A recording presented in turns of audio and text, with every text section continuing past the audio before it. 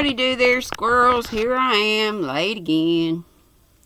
Almost 10. We'll see how many chimes the clock chimes. I still hadn't... Well, I messed with it the one time and thought I had it.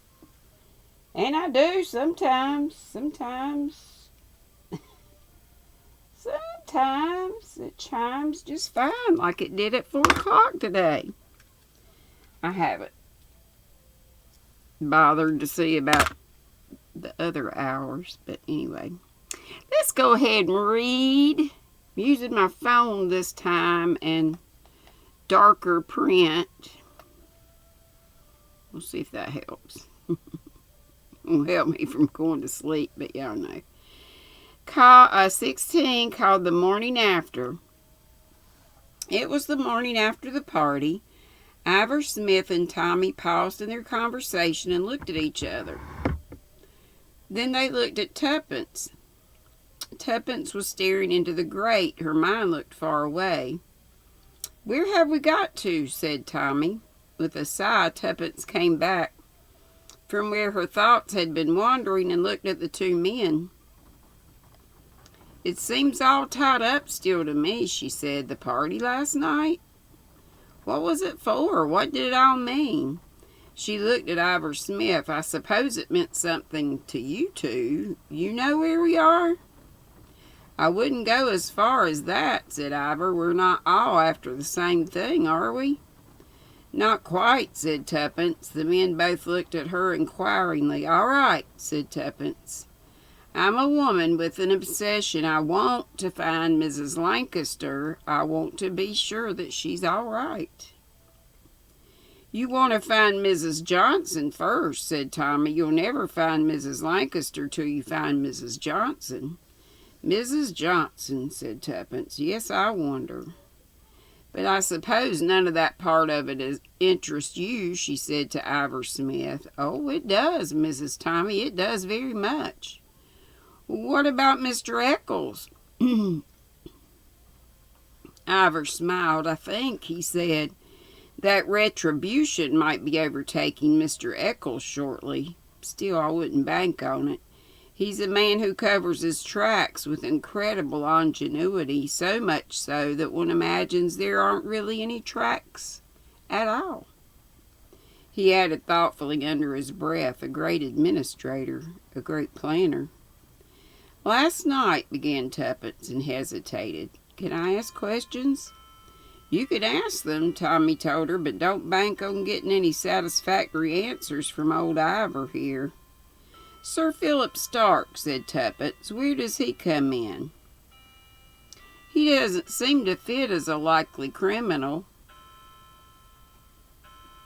It should be 10.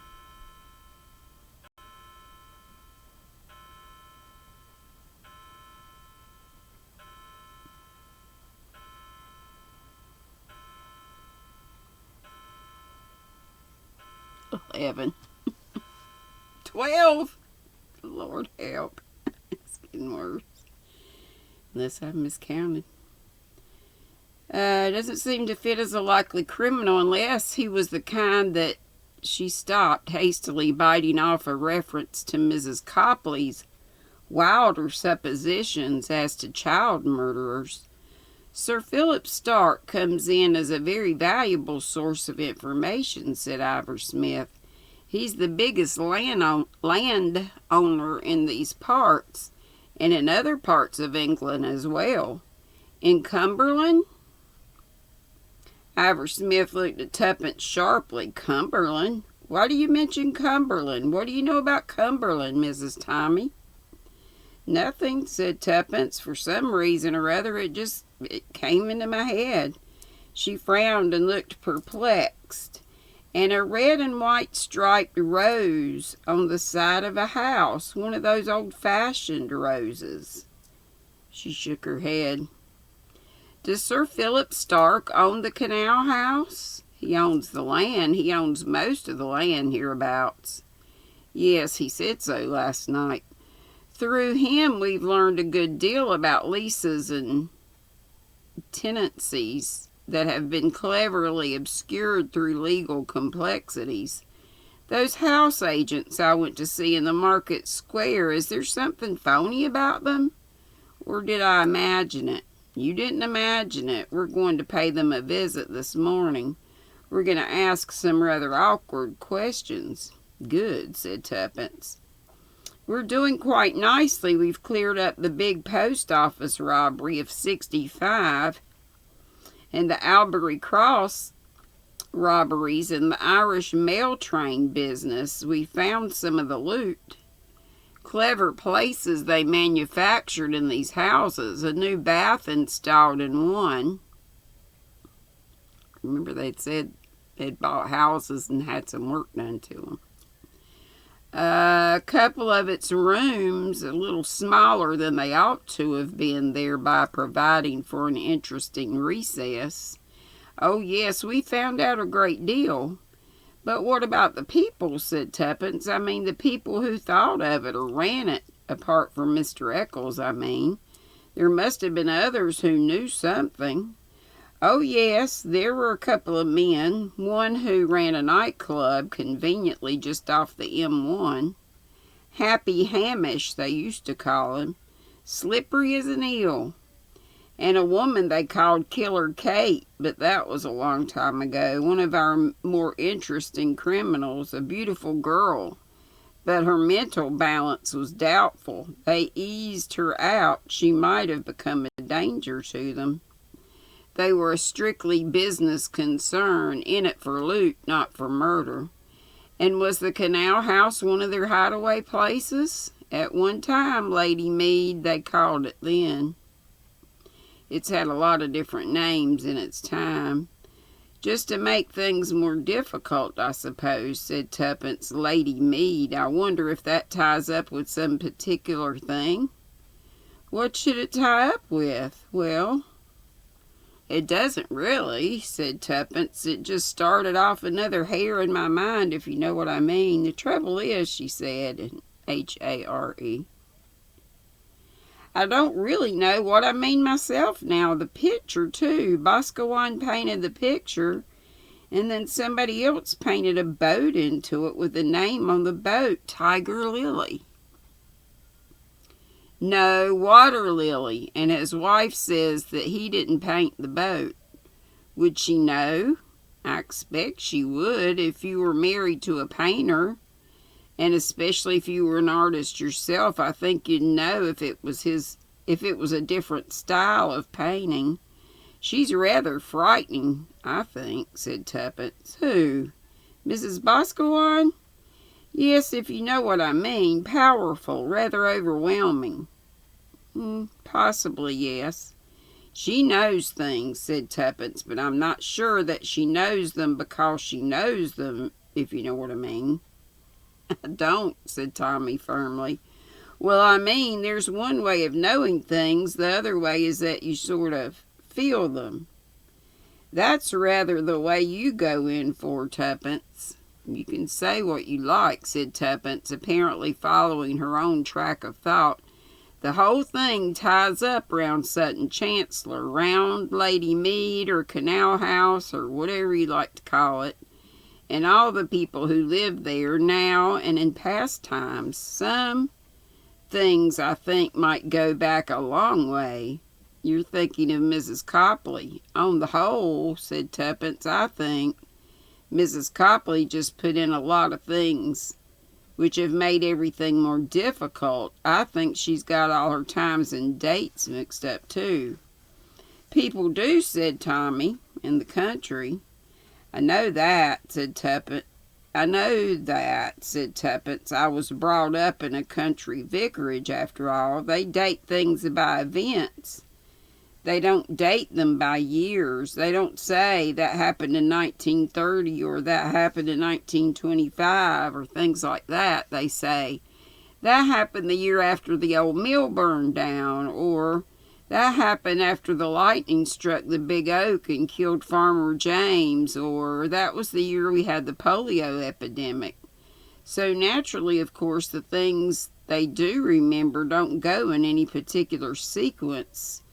Everything's very difficult, she added. There are just bits poking up here and there, if you know what I mean.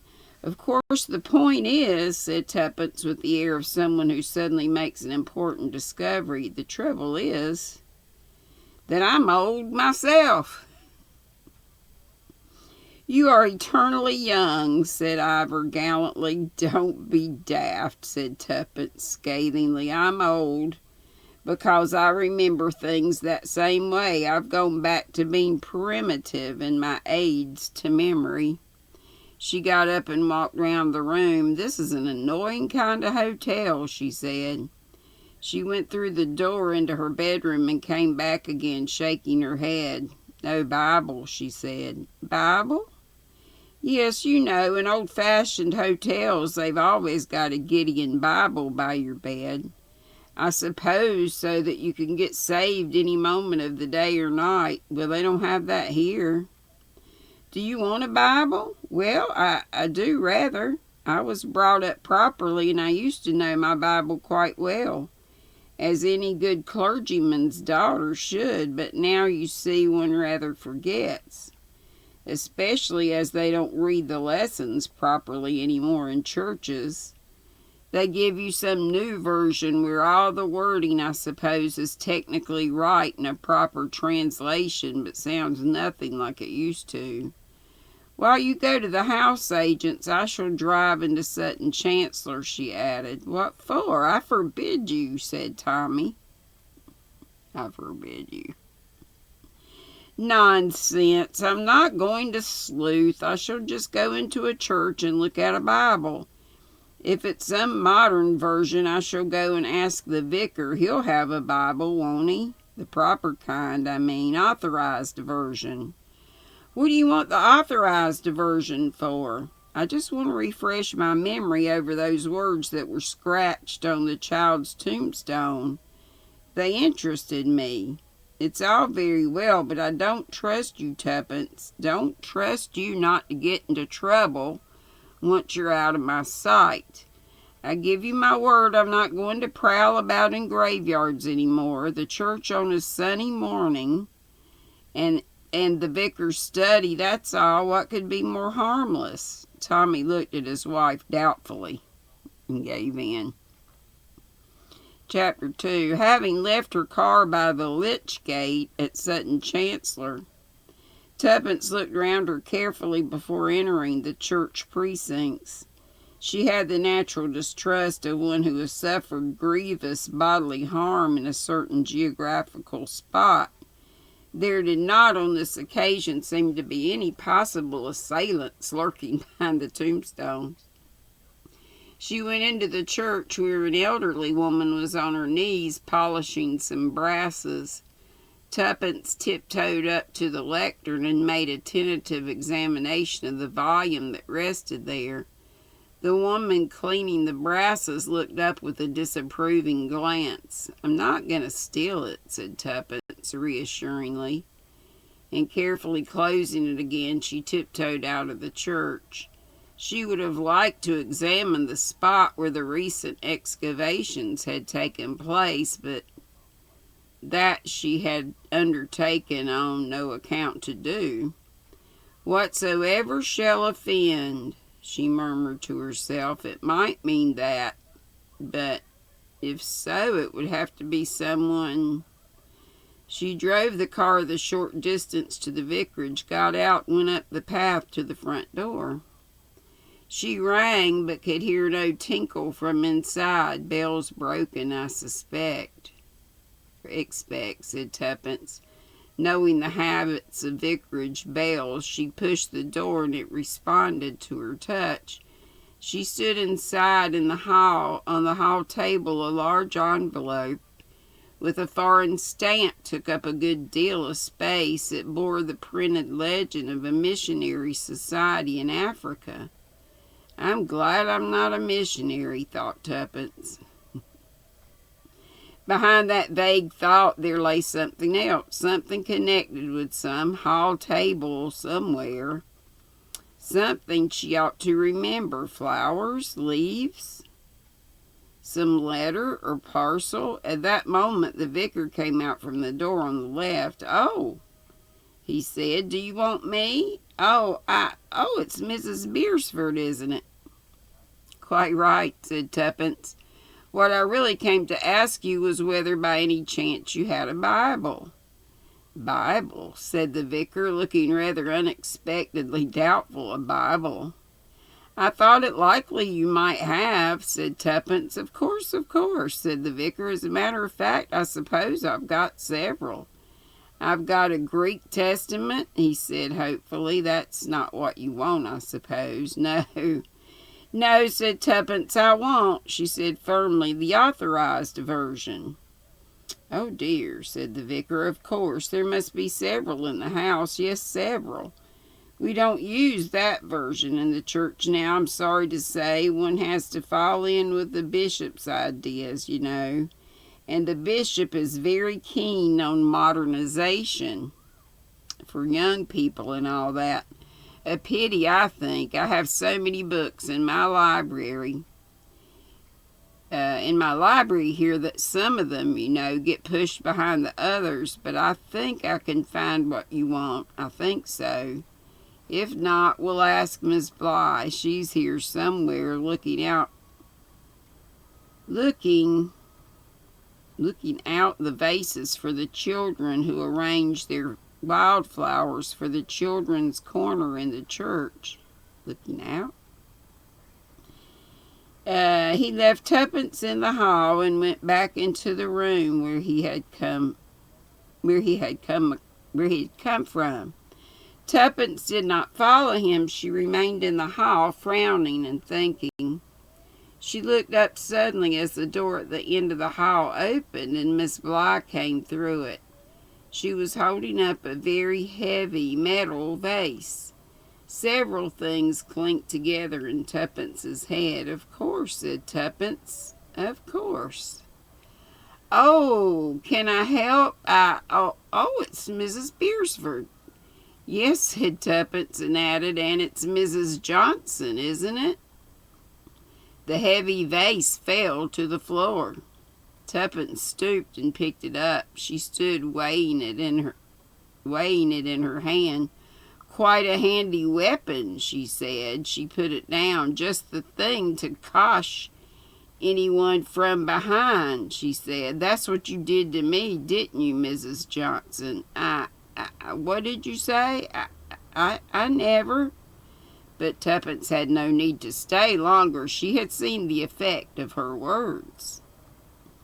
At the second mention of Mrs. Johnson, Miss Bly had given herself away in an unmistakable fashion. She was shaking and panic-stricken. There was a letter on the hall table the other day, said Tuppence, addressed to a Mrs. York. At an address in Cumberland. That's where you took her, isn't it, Mrs. Johnson, when you took her away from Sunny Ridge? That's where she is now, Mrs. York or Mrs. Lancaster. You used either name, Lord York and Lancaster, like the striped red and white rose in the Perry's garden. She turned swiftly and went out of the house, leaving Miss Bly in the hall, still supporting herself on the stair rail, her mouth open, staring after her. Tuppence ran down the path to the gate, jumped into her car, and drove away. She looked back towards the front door, but no one emerged. Tuppence drove past the church and back towards the market basin, but suddenly changed her mind. She turned the car, drove back the way she had come, and took the left-hand road leading to the Canal House Bridge. She abandoned the car, looked over the gate to see if either of the Perrys were in the garden, but there was no sign of them. She went through the gate and up the path to the back door. That was closed too, and the windows were shut. Tuppence felt annoyed. Perhaps Alice Perry had gone to Market Basin to shop. She particularly wanted to see Alice Perry. Tuppence knocked at the door, rapping first gently, then loudly. Nobody answered. She turned the handle, but the door did not give. It was locked. She stood there, undecided. There were some questions she wanted badly to ask Alice Perry. Possibly Mrs. Perry might be in Sutton Chancellor. She might go back there. The difficulty of Canal House was that there never seemed to be anyone in sight, and hardly any traffic came over the bridge. There was no one to ask where the Perrys might be this morning. I read a whole chapter. What? Yahoo! It's short, but still. 17 is called Mrs. Lancaster. And we're at about 90% read of the book. We need to be thinking about what we're going to read next. Last year, around Halloween, I know it's early yet, but shoot, it's going to be October before you know it. Comes up this coming week, right?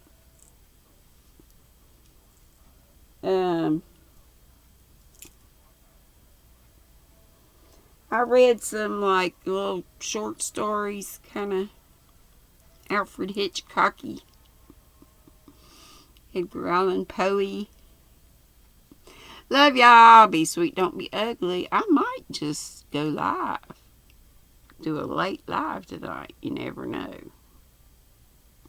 And then again, I might not. I love y'all. Be sweet, don't be ugly. Bye-bye.